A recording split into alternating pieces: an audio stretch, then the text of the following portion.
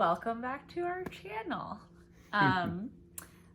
So we wanted to start off this video with a pretty popular question, which is how to get started in Highland Games. Yeah, we were pretty lucky. We had some friends that introduced us to it right off the beginning that,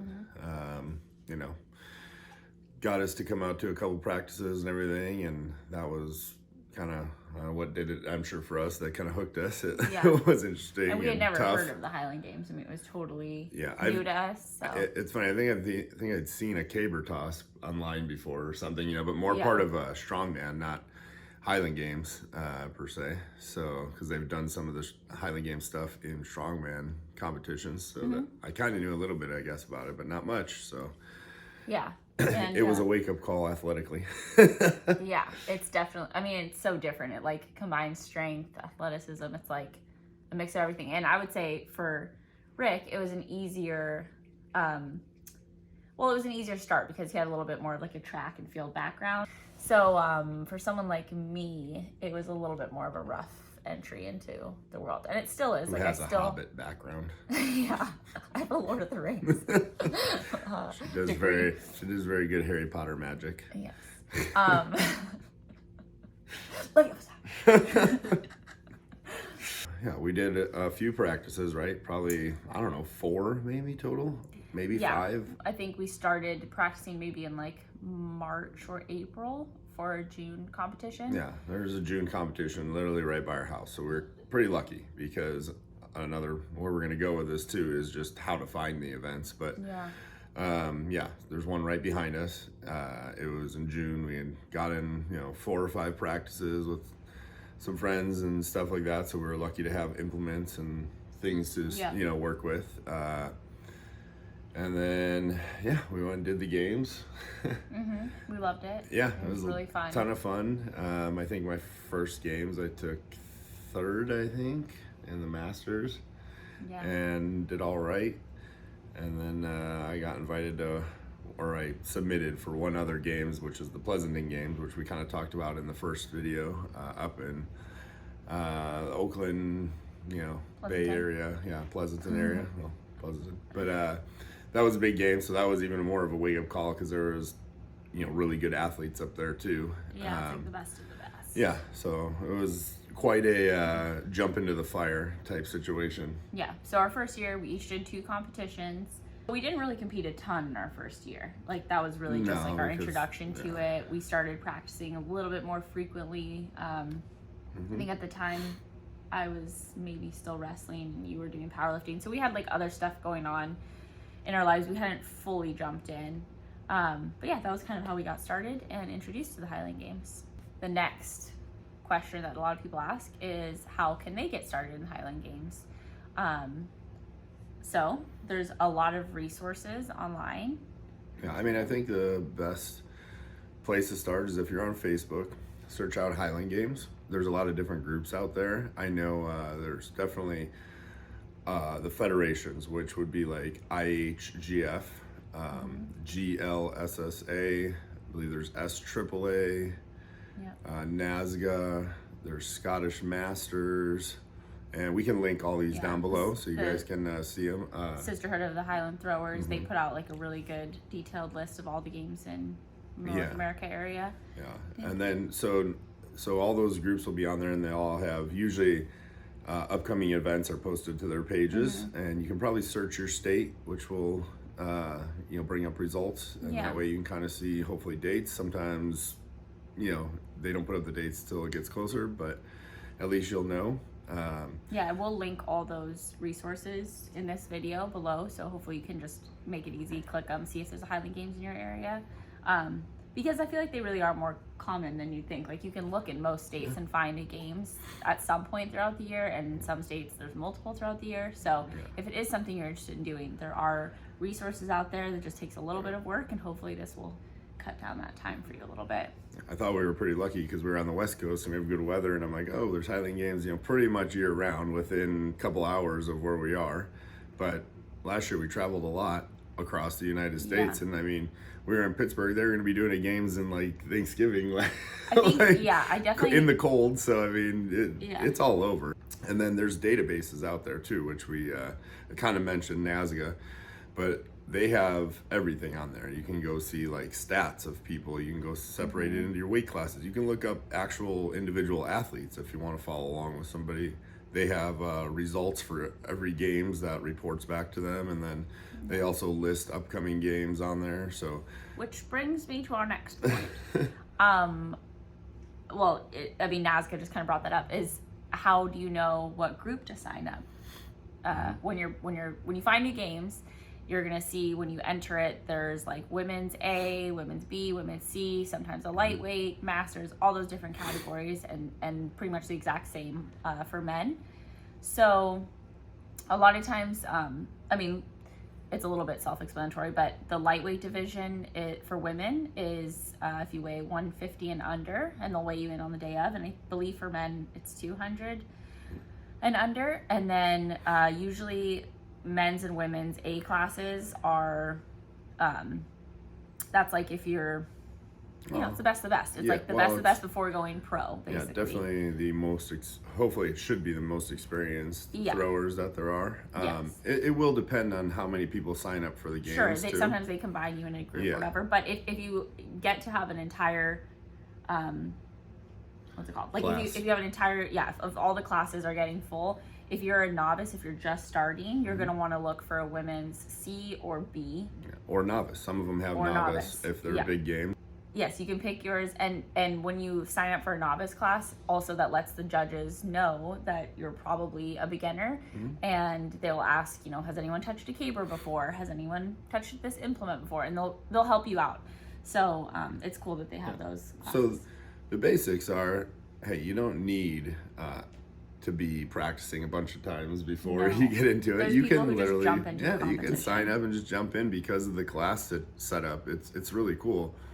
It's basically like saying, hey, I'm a beginner, but I want to do this. So then you find a men's C or a men's novice if that's what you're if you're brand new, if they have that. And you're going to get to go out there and just experience it. You won't have to worry about, competing against everybody. I mean, if there's other people that sign up for it, sure, it's a competition, but you're going to get help. And everybody in the sport that we've met has been very helpful. Yeah, it's a rad community for sure. Like it's very tight. Yeah, people are really kind. I mean, it definitely is one of the most like open, accepting, fun communities as far as sports goes that I think either of us have been involved in, and we've both done a multitude of sports. So it's cool. Everyone's very friendly. Everyone helps you out. And the higher you go, I think, like with your experience, or the more experience you get, you'll find that even the pros are super, super cool and will help you out. I mean, there's plenty of big guys that are pros that I talk to now. Except for that one. No, I'm just kidding. No, they're all cool. They're all really nice. Really I mean, a good community for sure. Yeah, I mean, guys that I didn't even meet before. We were out in Kansas, tore my hand open, and this guy Mark and his wife were over there, and she brought her toolbox over, and they were helping us out. They were helping out right on the spot. So again, don't be afraid to jump in there. I truly believe this with any sport. Even obviously, I've coached powerlifting for a long time, and people will say like, oh, I'm going to wait until I get this strong before I do a meet. But you truly don't know how you're going to perform until you do a meet. So get that experience. It doesn't matter, It gives you a good starting point, gives you a good, this is what I need to know type situation, for doing it. And plus you'll just find out if you like it, because no matter how bad or embarrassing you may feel you do out there, believe me, everybody started somewhere. I mean, it's not like this games is taught in high school or as you grow up. I mean, we're learned it on the fly. Yeah. And it was pretty funny. We definitely have it. You can go check out some of our videos that are hilarious. I was gonna say that brings me to my second point, which is if you can't practice, if you can't find a practice group around you, if you don't have the equipment, and we'll kind of get into the equipment in a minute, but truly the best practice I think that you can get, and what a lot of people do, is just compete constantly. So if there are competitions around you, but you're not able to practice, I would say jump into as many as you can. It really is not a sport where you can only do 2 or 3 a year. Like so many other sports, there's people who do 20 plus competitions in a year, and I think it really is the best. Like even for us, if we're a little rusty, we're like, well, let's do a few games to start it out, because that's the best practice you can get is a full games, you know? So I think that's... I mean, we were just talking about it, you know, you were asking me about Masters and doing a games before that, or a Masters World, you know, and do you want it? Yeah, do I want time off, or do I do it? I like doing the games. They keep me into it. They keep me, you know, on my, I'm going to say on my toes, but like, meaning it keeps me motivated to train. And not that I need a ton of motivation to train. I love to train, but, you know, it kind of gives you that extra, like, okay, it's countdown, you know, going on or whatever. So, and I'm not like him. I'm not motivated. I mean, truly, no, I suck. No. I'm not one of those people that's just like, woo, let's go work out every day. I don't have that same desire and motivation. I think he just has, it comes from a different place for him. For me, it is very helpful to have games lined up, to have something that I'm looking forward to. That's just the way I'm wired. Sorry. Okay. So I like having games to look forward to. It keeps my training going good. And yeah, anyways, that's a little off topic, but I think that, as many as you can get in, especially if you can't practice, I think it's a great way to get in practice for you. You signed up for your games. You found your class. What do you need to compete? That's the question. What do you need? You don't need much. Let me tell you that. You don't need much. I think that, actually, I'll say this across the board for a lot of things, but oftentimes people make it look like you need all this fancy stuff. You need all this equipment, all this gear. No, you don't. You need a kilt. You need some long socks, some good shoes. You're good to go. Yeah, it's $35 for your entry fee. Yeah, it's relatively inexpensive to do a games. You'll notice most of the sign-up fees are going to be about anywhere from $30 to $50, maybe a little bit more depending. But say $30 to $50. You need a kilt, so. We get all our kilts from Sports Kilt. Original Sports Kilt. You can find them on IG and online. We'll link them below too. And you can get your socks from them too. But really, you just need long socks. Something that, you know, kind of goes up to a little bit of the calf. So it could be anything. I've worn plenty of like powerlifter socks, but then I've also bought socks from Sport Kilt and worn those too. So it just depends on what you like. I've had games where I forgot socks. We ran to like a Walmart or something and just grabbed a pair of socks. So. I mean, it's relatively inexpensive. Yeah, and then like you said, a good pair of shoes, because you kind of, well, you will never know what ground you're competing on. Again, we've competed in fields where it's like kind of lush grass, and then we've competed on dirt, and then she's competed, well, no, we both competed on like turf boards where they actually make the area, you know, with like an AstroTurf. You did it in Ventura, and then I did it at Masters. So again, I would say just a good pair of like cross training shoes is a good start with it. And then once you get going, you might have, you know, a pair or two depending on what the ground is actually like. But yes, very, very easy, very minimal. The one piece of equipment I'll say that you may want to invest in if you like the games, well, you'll need to invest in if you like the games, is a sheaf fork. Because when you go to your first games, if you don't have a fork, I've seen it so many times where somebody doesn't have a fork and people will share.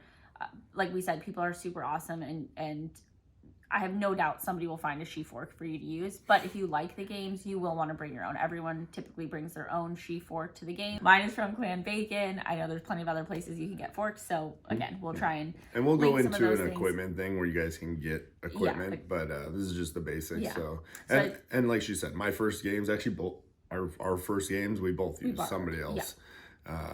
Forks, you know, so. But there are some extra things that we have added to our arsenal. Our bag, we have a competition bag that we bring, and so a couple of good things would be in our competition bag. You know, a few things that we've found that help us out or just make it a little easier is one, like a flex tape that you know, maybe somehow I can include a picture of. It's like flexible. You know, and you can bend in it, but it adds, you know, a little bit of rigidity, you know, to your fingers, so you can, you know, prevent tears. That's the one thing that'll happen. Sometimes you'll tear your hand or, you know, callus up your hands. But yeah, so it's like a flex tape. You can get it on Amazon. That's one thing. Two, tacky. Yep, tacky. We use ours from Throw Bros, but you're gonna want to. When you're doing caber and hammers, you're usually going to want to tacky up your hands a little bit. And again, this is something people will most likely have at a games, but if you bring your own, it's just, you don't even have to worry about whether somebody brought it or not. and it's relatively inexpensive.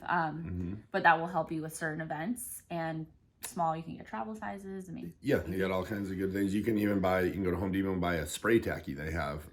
You know, I personally like the like liquid tacky, I guess, better, but the spray tacky works good too. There's lots of different variations of all of this stuff, by the way. You know, some people like athletic tape, which sure, I would say definitely have a roll of athletic tape, a roll of like flex tape. You need your tacky. Yeah, and then some chalk. Like chalk for stones. Yep, you start sweating out there, and you want some chalk on your hand to get the grip behind the stone, or for like the weights for distance or weight over bar, things where you have to grip it. You know, chalk is good. So this is all still very inexpensive stuff. Towel. We always have a towel to wash our hands in between, or to wipe our hands off in between events. If you're tacky up, you're gonna want to take it off. Yeah, I would just get honestly like something like Goo Gone will work. You know, you can spray it on your hands, and then that'll help get your tacky off. Yeah. You definitely probably want a hat and some sunscreen if you're going to be out there like me. Yep. I burned up this scalp a few times. Yeah, if it's sunny day, you know, you don't realize how much you're out there. And another really good thing that we even invested in some travel ones is a chair. Yeah. So, and again, we'll do like a whole travel vlog of how we travel. But yes, we like chairs, tripods for us because we like to film. That helps us watch everything back. Sure. And also we always bring a cooler. Yep. And I will say every games we've been to, there's water, there's stuff for the athletes. Yeah, the 80s are really cool as far as making sure there's water out there. But you never know, and it's good to bring your own. So we have our big cooler if it's a local or close by games, and then we have a travel cooler that we can, you know, compress down and carry with us. That way we always have at least enough water for the two of us, or Gatorade, something to stay hydrated. So that was a good investment this year. Jump in, do it. People will help you. There's really only a few things you actually need, and it's so much fun. So don't let like the burden of feeling like you need boots with blades right away, or you need you know, your own sheaf work, or all these things that maybe will stop you. Don't let them stop you, because you can just jump in, get started, see if you like it, and then move forward from there. Last thing, make sure you wear something underneath your kilt. Or no.